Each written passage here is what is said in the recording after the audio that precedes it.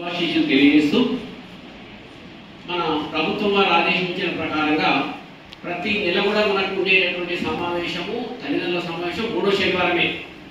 కాకపోతే ఈ నెల యొక్క ప్రత్యేకత ఏంటి అంటే బాలల దినోత్సవం ఉంది కాబట్టి బాలలు ప్రదర్శించేటటువంటి కొన్ని యొక్క సాంస్కృతిక కార్యక్రమాలు కానివ్వండి, వాళ్ళతో మీరు కూడా పాలు పంచుకోవాలనే ఉద్దేశంతో ప్రభుత్వం వాళ్ళు ఈ రోజునే తల్లిదండ్రుల సమావేశాన్ని కూడా నిర్వహించడం జరిగింది. కాబట్టి మీ అందరికీ మరొకసారి స్వాగతం సుస్వాగతం తెలియజేస్తూ ముందుగా కొన్ని విషయాలు మనం చర్చించుకుందాం. ఆల్రెడీ ప్రతి సమావేశంలో చెప్తానే ఉన్నాం, ఇంటి వద్ద పిల్లలు ఏ విధంగా చదువుకుంటున్నారు, వాళ్ళకు ప్రత్యేకమైనటువంటి ఒక గది కానీ మూల కానీ ఉన్న ఏర్పాటు చేసినరా, అదేవిధంగా వాళ్ళ టైం టేబుల్ ఎలా ఉంది,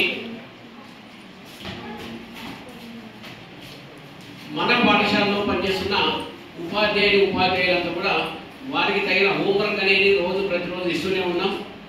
దానికి తగినటువంటి వర్క్ ఇంజనీర్ నడుస్తుందా లేదా అది పర్యవేక్షించాల్సిన బాధ్యత ఎవరికంటే తల్లిదండ్రులు. ఎందుకంటే మా దగ్గర పాఠశాలలో ఉన్నంత వరకు మేము ఏం చేయాలో ఆ పని మేము చేస్తూ ఉన్నాం.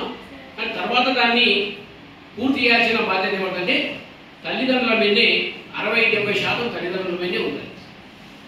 మేము అందించేది 20-30% మాత్రం. ఎందుకంటే మేము చదువు అందిస్తాం, దానికి తగిన హోంవర్క్ ఇస్తాం, దానికి తగిన ఏవైతే ఉన్నాయో అవన్నీ కూడా మేము వాళ్ళకి హింసిస్తాం. కానీ ఇది ఇంటి వద్ద చదివించడం, పాఠశాలకు రెగ్యులర్గా పంపడం అనేది తల్లిదండ్రుల బాధ్యత. కాబట్టి దాన్ని మీరు మీ యొక్క బాధ్యతను నిర్వర్తించాలని నేను తెలియజేస్తా ఉన్నాను. మీరు ఏం చేసినా కూడా మన పిల్లల ప్రయోజనం కొరకే మనం చేసేది. పిల్లల ప్రయోజనం కొరకే చేస్తున్నాం కాబట్టి మేము పిల్లల ముందర చెప్తున్నామని ఏమీ అనుకోవద్దు. పిల్లలతో రోజు కలిసి ఉండండి, వాళ్ళు కూడా మేము చెప్తా ఉన్నాం. ఆడుతూ పాడుతూ కలిసిమెలిసి ఉండండి. ప్రతిరోజు రాత్రి పూట కనీసం రాత్రి పూటనైనా వాళ్ళతో కలిసి భోజనం చేయండి.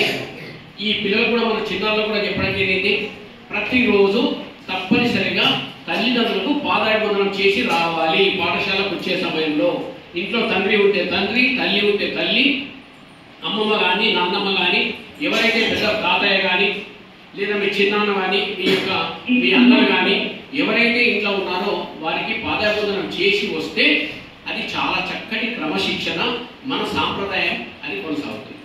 కాబట్టి తప్పనిసరిగా పాదాభివందనం చేయండి. ఇంట్లో రాత్రిపూట కనీసం వాళ్ళతో కలిసి ఒక 5-10 నిమిషాలు ముచ్చట్లు అంటే తిరుగుడు భోజనం చేసుకుంటారో లేకపోతే భోజనం అయిన తర్వాత 10 నిమిషాలు వాళ్ళతో గడపండి. మనం ఎందుకు అంటే పిల్లలు అభివృద్ధిలోకి వచ్చిండ్రు అంటే అంతకన్నా ఆనందం మనకి ఇంకోటి లేదు. మన బాధ్యత ఏంటి అంటే తల్లిదండ్రులుగా వాళ్ళని కేవలం పెంచడమే కాదు, పోషించడమే కాదు, చదువులో కూడా వాళ్ళకి సరైనటువంటి విద్యను అందిస్తున్నామా లేదని చాలా ముఖ్యం. సో అది అందించే ప్రయత్నం తల్లిదండ్రులుగా మన బాధ్యత మనం చేయాల్సిన అవసరం ఉంది. కాబట్టి పాఠశాలకు ప్రతినిత్యం పంపండి.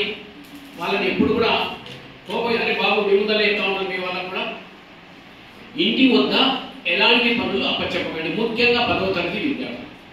10వ తరగతి విద్యార్థులు కేవలం 3 నెలలు మాత్రమే ఉంది. కాబట్టి 10వ తరగతి విద్యార్థులు ప్రతిరోజు రాత్రి కనీసం 10 వరకు చదువుకోవడం, తెల్లవారుజామున 4:30 నుంచి 5 గంటల మధ్యన లేవడం, దానికి తగినటువంటి యొక్క ఏవైతే హార్డ్ సబ్జెక్టులు ఉన్నాయో వాటిని తెల్లవారుజామున చదవడం, రోజు ఇచ్చే హోంవర్క్ 10th క్లాస్ వాళ్ళు ప్రతినిత్యం తప్పనిసరిగా చేసుకొని మళ్ళీ వచ్చి దాన్ని అప్పచెప్పే విధంగా 10th క్లాస్ వాళ్ళు ప్రయత్నం చేయాలి. దానికి తల్లిదండ్రులు మాకు ప్రోత్సహించాలి. ఈ సంవత్సరం మీ అందరి యొక్క ప్రోత్సాహం ఉంటే మా ఉపాధ్యాయుల యొక్క కష్టం వాళ్ళ ఫలితాన్ని మేమందరం చూడాలని మేము ఆశిస్తున్నాం. కాబట్టి మీరు కూడా ఆ విధంగా ఆశిస్తే మన రిజల్ట్ కూడా చాలా చక్కగా వచ్చేటటువంటి అవకాశం మన మండలంలో మంచి పేరు రావాలని మన గ్రామానికి కానీ మన యొక్క మండలంలో కానీ ఎక్కడ కూడా ఇప్పాయిపల్లి గ్రామం అంటే మామూలు ప్రాంతం అనేది కాదు. ఇక్కడ చిచ్చర పిడుగులు లాంటి పిల్లలు కూడా ఉన్నారు ఇప్పాయిపల్లి అనేది మనం బయటపడాలి. అది మనకు కావాల్సింది. సో మామూలు పిల్లలు కాదు, వీళ్ళు చిచ్చర పిడుగులు. ప్రభుత్వ పాఠశాలలు అంటే చాలా చక్కగా చదివే విద్యార్థులు, చాలా చక్కటి క్రమశిక్షణ ఉంది అనే విధంగా ఉండాలి. కాబట్టి మీరు కూడా ఇంటి వద్ద వాళ్ళకి ఎక్కువ పనులు చెప్పకండి. అదేవిధంగా వాళ్ళు చదువుతున్నారా లేదా, మీకు చదువు రాకున్నా కొంచెం అక్కడక్కడ పరిశీలన చేయండి.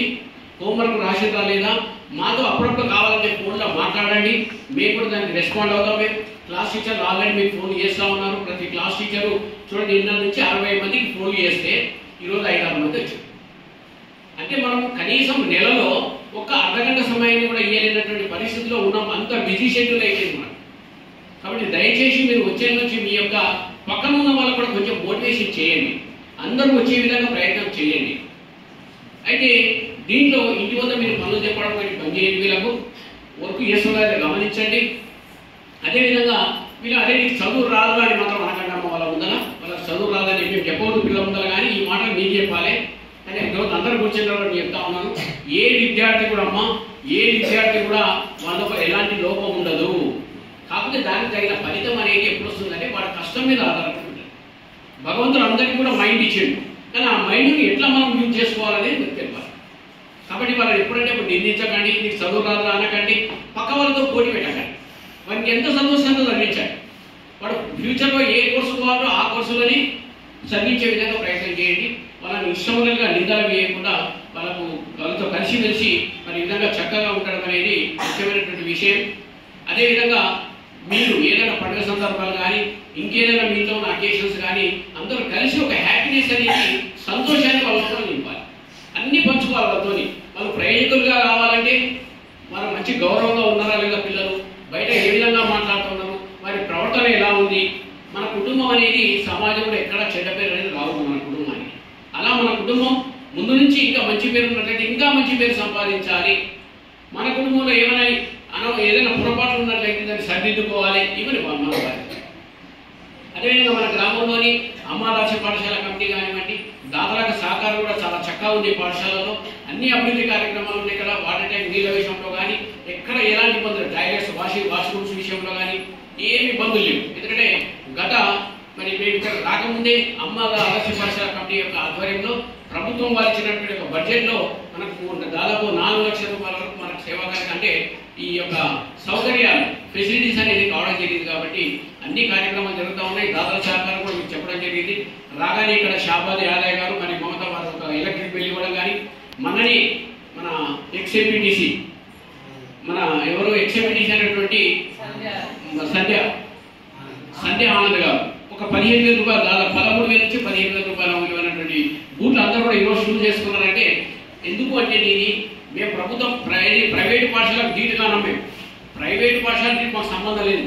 మేము విద్యార్థుల లోపల ఒక రకమైనటువంటి ఒక ప్రత్యేకతను సంతరించాలి, వీళ్ళు అవన్నీ దాని మీద ఉన్న మోజును తగ్గించాలనే ఆలోచన తప్ప ఇంకోటి ఏమి లేదు. కాబట్టి మీరు ఇంగ్లీష్ మీడియం అని వాటి మీద ఉన్న మోజని అవి తగ్గాలనే ఉద్దేశంతోనే మేము ప్రయత్నం చేస్తూ ఉన్నాం. అన్నిటికన్నా ముఖ్యమైనది విద్య. కాబట్టి ఆ విద్యను పొందడానికి మనం ప్రయత్నం చేద్దాం. మీరు కూడా మాకు సహకారం అందించండి. దాతల సహకారం ఇంకా ఉంది. మనకు టైల్ బెల్లు రాబోతూ ఉన్నాయి. ఇంకా కొంతమంది ఇక్కడ మనకు అంటే మాట ఇవ్వడం జరిగింది సార్, మేము హామీ ఇవ్వడం జరిగింది, మేము పాఠశాలకి బెడ్లు ఇస్తాం సార్, టైల్ ఇస్తాం సార్, రకరకాల మనకి ఫోన్లో వస్తా ఉన్నాయి మెసేజ్లు. సార్ మీకు స్కూల్కి ఏం కావాలి సార్, ఇప్పుడే ఆమె మేడం నాకు కూడా చెప్పింది, బాలకృష్ణ మేడం కూడా, సార్ మా సార్ ఐడి కార్డ్స్ గతంలో ఒప్పుకున్నాయినా సార్ ఇస్తాం సార్, ఐడి కార్డ్స్ మేము ప్రయత్నం చేస్తున్నాం, ఇక్కడ కాకుండా పరిగిలోనే చేపించి ఇస్తామని చెప్పి ఇప్పుడే ఆమె రాగానే చెప్పింది అన్నమాట.